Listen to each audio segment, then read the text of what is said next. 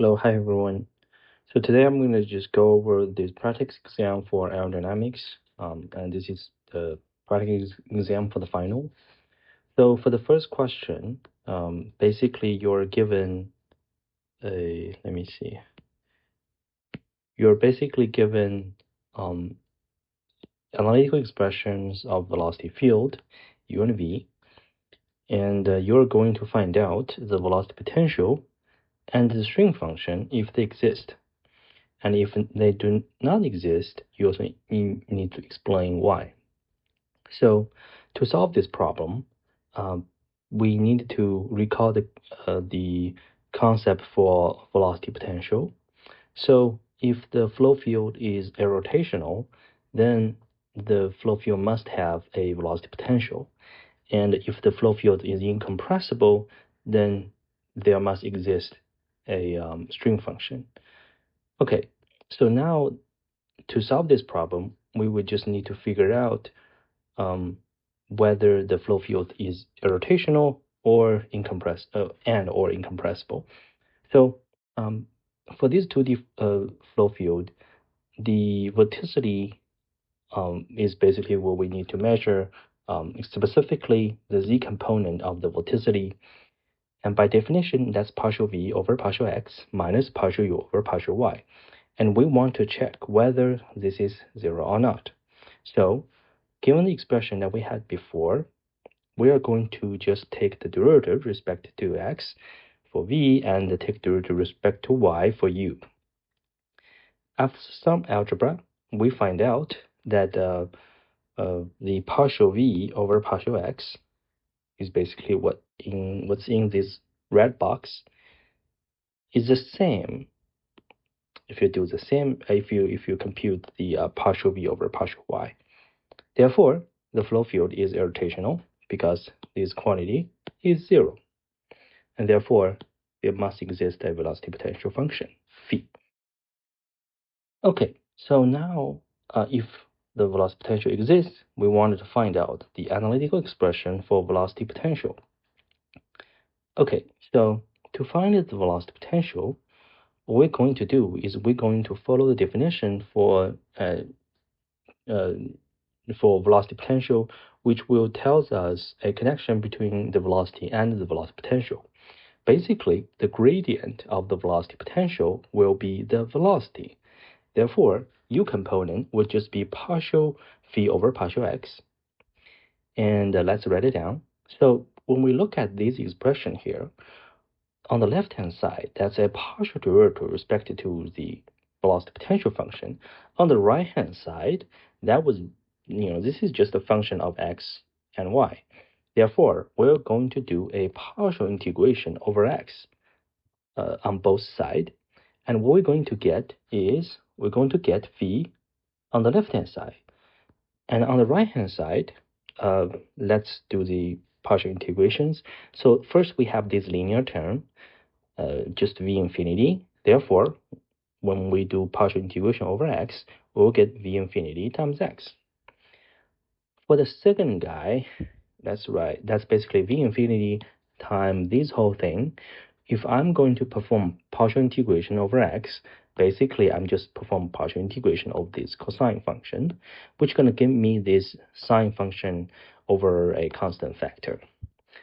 Plus, we would have a unknown function g as a function of y. Okay, so now let's take a look at the v component. So we know the v component has to be partial phi over partial y, and let's perform the integration over y on both sides of the equation.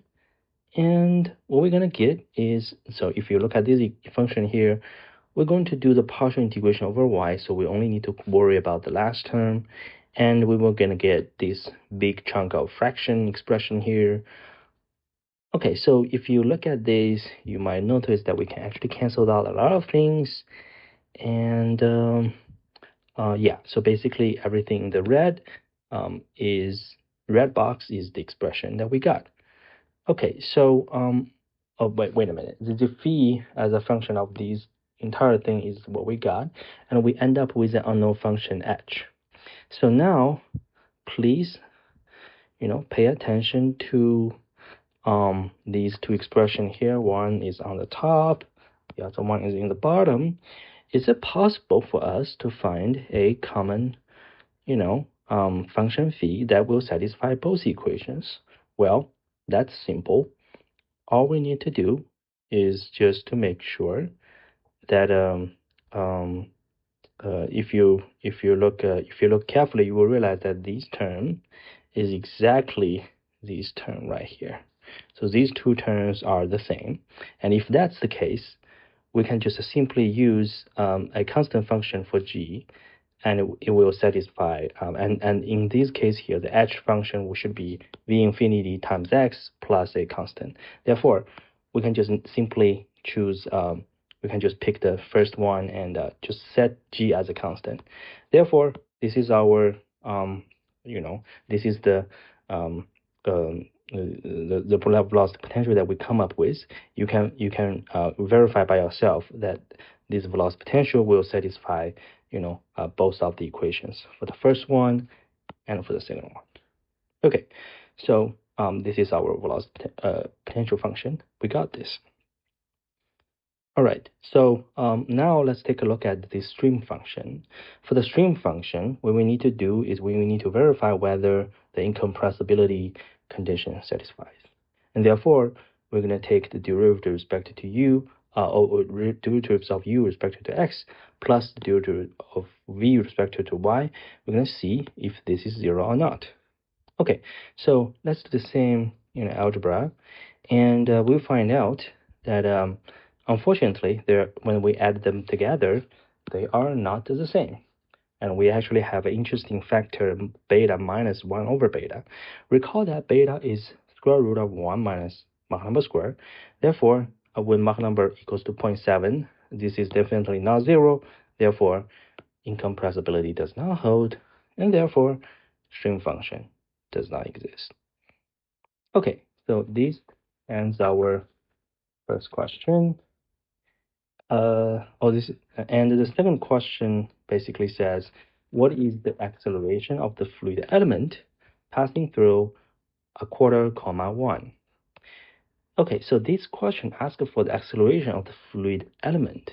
Therefore, we are watching and we are tracking a fluid element that's moving downstream, which means we will need to use material derivatives.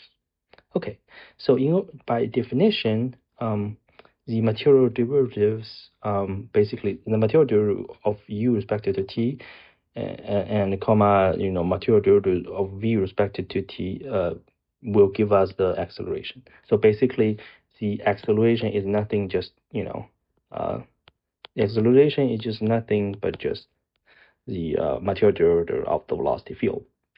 All right, so now because the flow field is actually steady, as we have seen before, so the expression, and it's also 2t, so this is the following expression.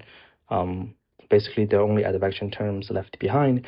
That's the only thing we need to evaluate. So remember that we actually have evaluated partial u, partial x, and partial u, partial y, partial v, partial x, and partial v, partial y before.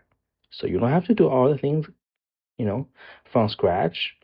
All you need to do is just use the expression that you had before and plug in, the x value with, for 1 over 4, and for the y, you just plug in with 1, and you can realize that, the sine and cosine terms, actually some of them can be canceled out, and just do some algebra, just some boring algebra here, and you can find out that the du dt is minus 358, and the dv dt is minus 0.129, and therefore this is the final acceleration of that fluid element that's passing through 1/2 comma 1. Okay, so now we're going to the third question of the problem 1, which is basically ask for, why does the streamline become a horizontal line far above the wall? Why does that happen? Well, let's say when y equals to infinity. Well, let's take a look at the expression for, u component. When we take y to infinity, basically we have this e to the power of minus a large number, and that will go really, really fast towards zero, and positively towards zero. Therefore, the entire thing here will go to zero. And then we're going to only left with a u infinity here. For the v component, if you go back to look at the v component, because we have this e to the power of this guy, when y goes to infinity, this one will also go to like e to the power of a negative large number, and therefore the entire thing will go to zero. Okay. Therefore, when the flow field is measured at far away from the wall, the velocity is simply just a uniform velocity on with only x component. Okay, therefore, the streamline will lead to a horizontal line. Yep. All right. So for the second problem, the first question is, what's the difference between streamline and path line, and when they will become the same? So by definition, streamline is basically when you are given a snapshot of a flow field, and a snapshot of the flow field will give you the velocity field at this certain time instance. Given that velocity field, you can just integrate, over this velocity field to get some fancy curve starting from any point that you want, and that is called the streamline. So mathematically, if you wanted to get the streamline expression, you would basically use this equation right here. Okay. For path line, that's different. Path line refers to, if you have a particle as kind of a passive particle in the fluid flow, and you are going to track the position of this particle in this flow field, that's called path line. And the mathematical expression for this will be, just dx over dt describes the u velocity, and dy over dt describes v velocity. And we have an initial condition. We have initial condition that describes the initial particle location. And when are they going to become the same? Well, when the flow field is steady, that means the flow field does not explicitly depend on t. So that means the flow field is only a function of space, and therefore they will become the same. And that is the situation. They will become the same because the operation of you draw the streamline is the same operation that you have for the path line. So basically, starting with a velocity field, and then you walk along this velocity field by just following in the vector of this velocity field. Okay. Okay. So for the second question, basically you are given the analytical expression for u and v as a function of space, x comma y. So now the question is, can you prove that the streamline passing through 1, 7 follows the following equation? Well, then what we're going to do is we are going to first write down the mathematical formulation that defines the streamline, which is dx over u equals to dy over v. And we have the expression for u and v, so we're going to plug in right here. So now this just becomes a pure differential equation that we need to solve for x and y. And you can figure out that you can actually cancel 2xy on both sides. And you're going to left with y on the left and x on the right. And therefore, if you put x over here and y over here, you're going to end up with the differential of x squared minus y squared as 0. And therefore, x squared minus y squared should be a constant c.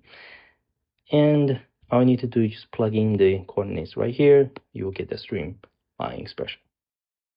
Okay, so now we end the first two problems. Let's look at the third problem here. So the third problem is a supersonic flow over a diamond. Consider a supersonic flow with Mach number 2 passing through a diamond-shaped airfoil where T over C is 0.1. So what is T over C? T represents thickness. C represents chord. Okay, so as you know, the theta here should represent, actually the tangent theta should represent, half T over half C. So basically T over C. Okay, and by the way, we have an angle of attack of 2 degrees. Well, what is angle of attack? Angle of attack is the angle between the basically the axis of this wing and the incoming flow field. Okay, so now the first question is to figure out, use shock expansion theory to compute the pressure coefficient at those 4 surfaces. What are the 4 surfaces? 1, 2, 3, 4. So basically the 4 surfaces of the diamond. Okay, so the first thing we need to do, we need to analyze the physics. We have a supersonic flow that's coming, and I wanted to measure, I want to look at how does the flow field react, let's say, for example, for each surface. So let's first look at surface 1, 3, because they are in the front. They're going to experience the supersonic flow first. So let's first measure what is the theta angle, for the half wedge theta angle, how large it is. All we need to do is compute arctangent 0.1, which give us 5.71 degrees. And that is larger than 2 degrees, which is the angle of attack. Therefore, for the surface 1, we are experiencing a compression corner. We are experiencing a compression corner. I'm going to highlight this, repeat this. See that? Okay, for the surface 3, we are absolutely have a compression corner again. Therefore, we will have this shock wave that's spread out on both above the surface 1 and below the surface 3. Okay, so therefore, this red line here is a shock wave. If this is a shock wave, and we know the flow is parallel to the body, therefore, this is definitely going to be a expansion wave. And for here, from 3 to 4, there will be expansion wave as well. All right. So now, after we understand the physics, we can start to apply shock expansion theory by just using oblique shock wave theory and expansion wave theory. So for the zone 1, we first need to figure out is the effective deflection angle. So again, if I draw this line repetitively, you can actually tell that effective deflection angle should be theta minus alpha. And therefore, we're going to use 5.71 minus 2, which is 3.71 degree. That is our effective deflection angle. So now you're going to look at the table, look at the plot, theta beta Mach number plot with these Mach number as 2 to figure out what is the shock wave angle beta. So during the final exam, I will provide a printout table for you guys, for each of you, so you don't have to worry about it. Okay. Next, once you have this beta right here, we can calculate the normal Mach number, the normal component of the incoming Mach number, which is basically 2 times sine 33.5. And by looking at the normal shockwave table, you can find out that the pressure jump after this shockwave right here is 1.245. Okay. And given that, we can actually figure out CP1. So using the following expression that I already gave you in the question, you can find out this is the pressure coefficient. Okay, And so what is the Mach number after this shock wave? Well, I'm gonna just use first the MN1, which is 0.9118 over sine over sine beta minus theta. Sorry, actually that's beta minus the theta effective. The theta effective is 3.71, so 33.5 minus 3.71. Calculate this number, that will give you 1.8352. That's the effective Mach number after these, shockwave. And we will need this in order to calculate the uh, pressure on the second surface. Okay, so now let's go back to the zone 3, because I wanted to first finish shock wave calculation, then I go with the expansion wave calculation.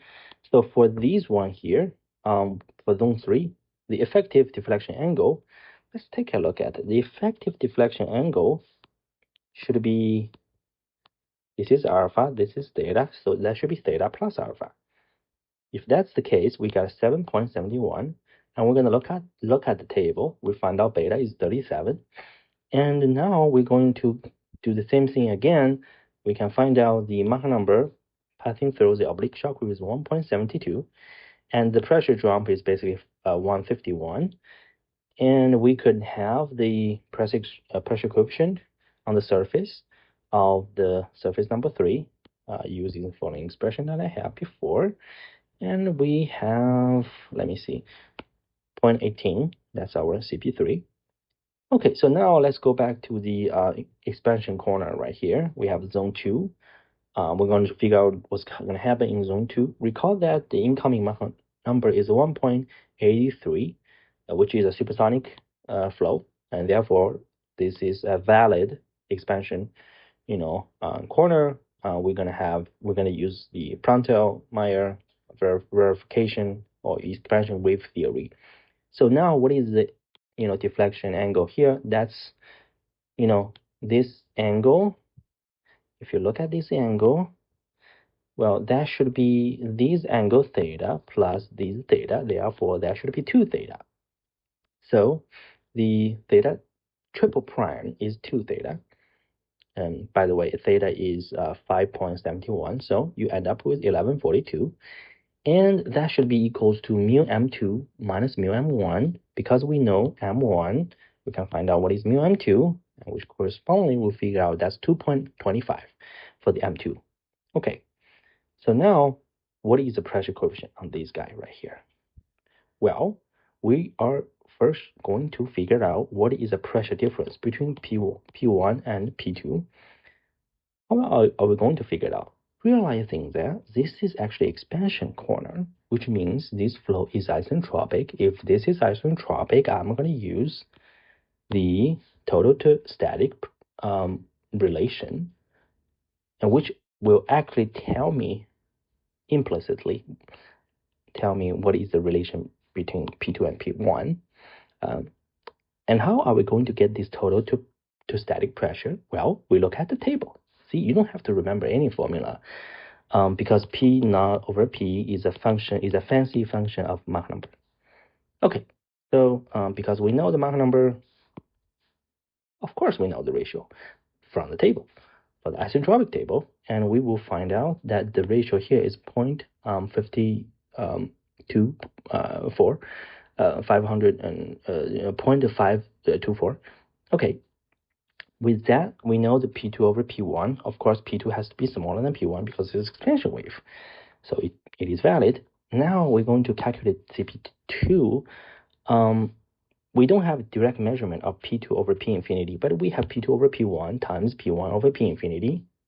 P1 over P infinity, that sounds familiar because we have that before. Okay, so I am going to get the number as minus 0.124. That's my CP2. Same thing for zone 4. I'm not going to repeat too much. We get this number. All right, so now the second, actually, it's the second question. is use linearized supersonic theory to perform the same analysis and compare the results. So if I'm going to use linearized supersonic theory, wow, this is going to be way much easier. The first thing, but again, there are some tricky things you have to be careful about. The first thing you're going to do is, I'm going to just going to look at these 1, 2, 3, 4 surfaces, and for each surface, I'm going to analyze whether that is a compression corner or that is a expansion corner. So again, I just kind of did that before. So this is a compression for 1, 3, and expansion for 2 and 4. So let's measure this. Okay, so for the surface 1, we basically have a compression corner. And because this is a compression corner, we're going to use the formula that we learned in the class. So 2 times the compression angle, the compression deflection angle, which is theta minus alpha in this case, over the square root of Mach number square minus 1. The Mach number in the Mach number we're going to use here is the incoming Mach number, which is 2. So 2 squared minus 1 gives us 3. Okay, we get this number, which is 0.074, which is CP1. For zone 3, we're going to do the same thing, but here the effective deflection angle is theta, compression angle is theta plus alpha, and we get 0.155. For zone 2, here, you're going to be careful. For zone 2, we're going to look at the free stream angle and the surface, this surface right here. And we know that this is the red line is the free stream direction. So the effective expansion angle should be the theta triple prime minus theta minus alpha. And that will give us actually theta plus alpha as the effective expansion angle. And now I'm going to use the formula I learned in the class before. Remember, there's a minus sign in the front. We're going to minus 0.155. Same thing for zone 4. The effective expansion angle is theta minus alpha, and we get this minus 0.074. Okay, so now let's compare shock expansion theory with linearized theory and see what we got. Well, what we got here, we should always, which one is more accurate? Theoretically, shock expansion theory is more accurate. The linearized supersonic flow is an kind of approximation. But as you can see, the linearized supersonic flow is way much easier to use than shock expansion theory, and we actually get things pretty close. If you are willing to tolerate like 10 to 30 amount of relative error, it's actually not bad. Okay, so let's jump to our question number 4, which is a compressible nozzle flow problem. So in this case, we will have a converging and diverging nozzle with the following exit to throat area ratio as 1.633, and this is designed to operate within atmospheric pressure at the exit plane. Okay, so how is this different from the example that we learned in the class? Well, the example that we learned in the class are basically saying that we have the control of the back pressure.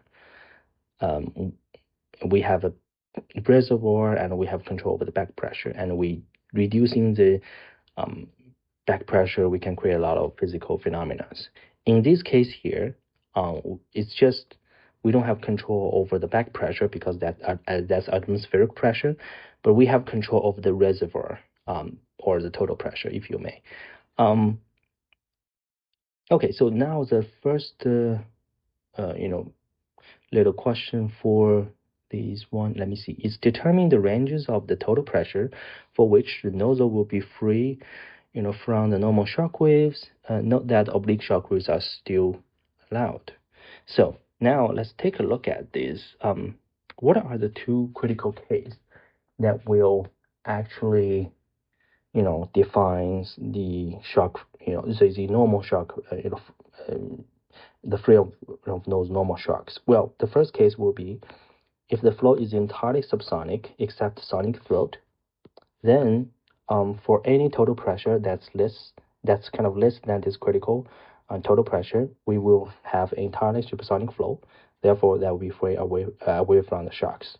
But if the total pressure is higher than the critical pressure calculated in this case here, we're going to have normal shock wave just slightly downstream. So this is a critical case. The second critical case is that when we push the normal shock wave all the way to the exit, and if I keep increasing the total pressure in this case, the normal shock wave will become oblique shock wave. And therefore, this is also a critical case. Okay, so now let's first figure out the case one. For the case one, we're going to look at this isentropic. We're going to look at the diverging nozzle part, and we're going to look at this isentropic process because there's no shock wave here, and this is subsonic, this is sonic throat. So given this area ratio, given the area ratio, we're going to look for the subsonic branch, and we actually find out the corresponding Mach number is 0.38, and that is the exit Mach number. And then we are going to look at the isentropic flow table to find out total to static pressure ratio, which is 1.105. And therefore, if the total pressure is less than 1.105, exit pressure, which is back pressure in this case, because this is subsonic flows, we will have a shock-free nozzle flow.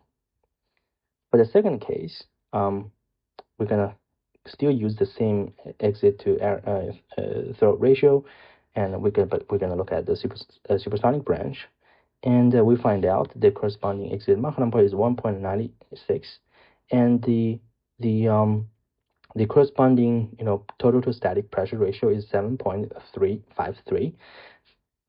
Because we have a normal shock wave, so the exit pressure will have to will actually have to jump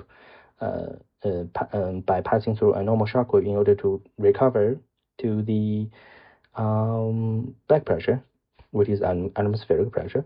So therefore, we have PB over PE because of this incoming Mach number, nearly 2 Mach number. We can have the pressure jump as 4.315, and therefore we can calculate the total to back pressure ratio by multiplying P naught over PE, which is coming from the supersonic branch table lookup, and the PE over PB, which come from the normal shock wave table lookup. So we're going to get almost like a 1.7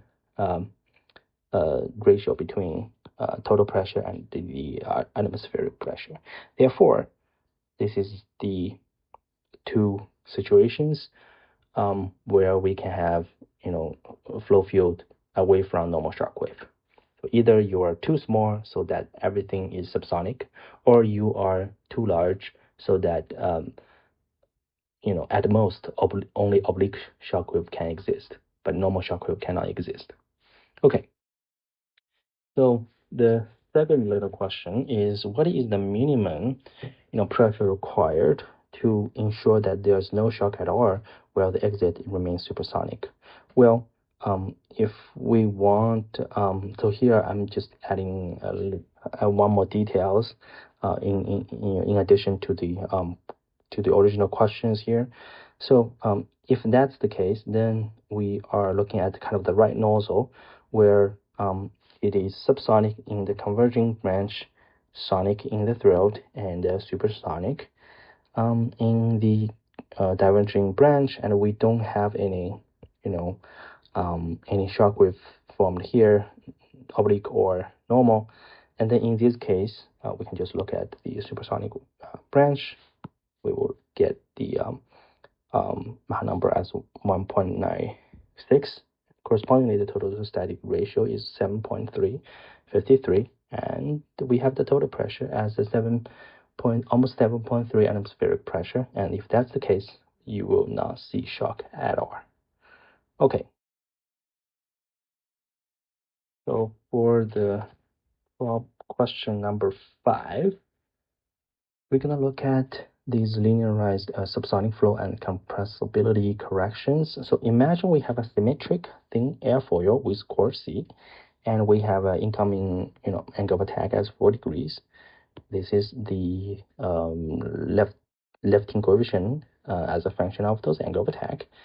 And we have, for some reasons, we have access to the minimum pressure coefficient on the surface, which is minus 1.2. And we have the incoming number as 0.62. So now the first question is, can you compute the incompressible lift coefficient or the incompressible lift coefficient, just like before we actually have the formula? So that's easy. We just plug in the expression here.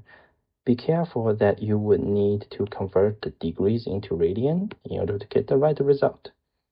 Okay, the second question is, using PG rule, can you figure out what is the lift coefficient after compressibility corrections? Well, all we need to do is just divide that lifting coefficient in compressible case by square root of 1 minus Mach number square, which give us 0.55 and 9. And correspondingly, let me see, the pressure coefficient, the minimum pressure coefficient is also divided by the same factor, so it's minus 1.53. Okay, so for the third question, we are going to use common chain correction to estimate the minimum pressure coefficient. All we need to do is just plug in the expression, plug in the number that we have before, and we get minus 1.76. Okay, so the question number 4 is, if the lift coefficient is desired to be fixed at a 0.43 and 9 for 4 degrees of angle of attack, how would you set a new angle of attack in order to keep the lift coefficient at Mach number 0.62 according to PG rule? So basically, if you have compressibility corrections, your lift coefficient will actually get higher. So if you want to keep the same incompressible lift coefficient, all you need to do is that you should decrease the angle of attack in order to reduce the lift coefficient. So in this case here, we will first compute the corresponding lift coefficient, which is corresponding lift coefficient with compressibility corrections. But if we want to keep it at the incompressible limit, we should use a reduced alpha. So this is what I call alpha nu, and that alpha nu should be smaller than 4 degrees, and it turns out it is like 3.14 degrees, and that's what you need in order to keep the same lifting coefficient. Okay, so the last question is about boundary layer and skin friction. So you are basically given an aircraft with a rectangular wing, and you have the span, you have the chord, so multiply together, you get the area. And now the first question is, given the friction velocity at the sea level, and I also actually give you the density and the viscosity coefficient as well, can you calculate the drag? Okay, so the first thing we're going to do is we will calculate the Reynolds number based based on these chord length C, because we would need this in order to calculate the the CF. The CF is defined as CF is defined as D over 1 over dynamic pressure times the area C, times the area S, and therefore once we figure out CF, we can go back to figure out DF, the total drag, the total skin friction drag. So first we get the Reynolds number. By definition, it's around 7 million, and then we plug into this expression, we get the drag coefficient, skin friction drag coefficient, as 5 times 10 to the power of minus 4. So consider both top and the bottom surface by the way, the CF is defined by D over CF is defined D over dynamic pressure times S. The two basically come from considering both top and bottom surface. Okay, so now the dynamic pressure is one half times the density times the velocity square, and it's around 2,548 Pascal. And then we multiply everything together, we get, the drag around 40 newtons if we assume a laminar flow. And this expression here is for the laminar flow. Okay, so the second question basically asks for if the flow is entirely turbulent, how are we going to calculate the drag? Well, if it is entirely turbulent, we're going to use this expression as I give in the problem description. So again, we're going to first calculate the Reynolds number, which is around 7 million. Plugging into the expression, we get the skin coefficient. So now we can actually just, because you're going to realize that everything else is the same, it's just the skin friction gets amplified, and therefore you can actually measure the ratio between skin friction and plus times the drag that we had before, which was around 40, to get the drag when there is fully turbulent.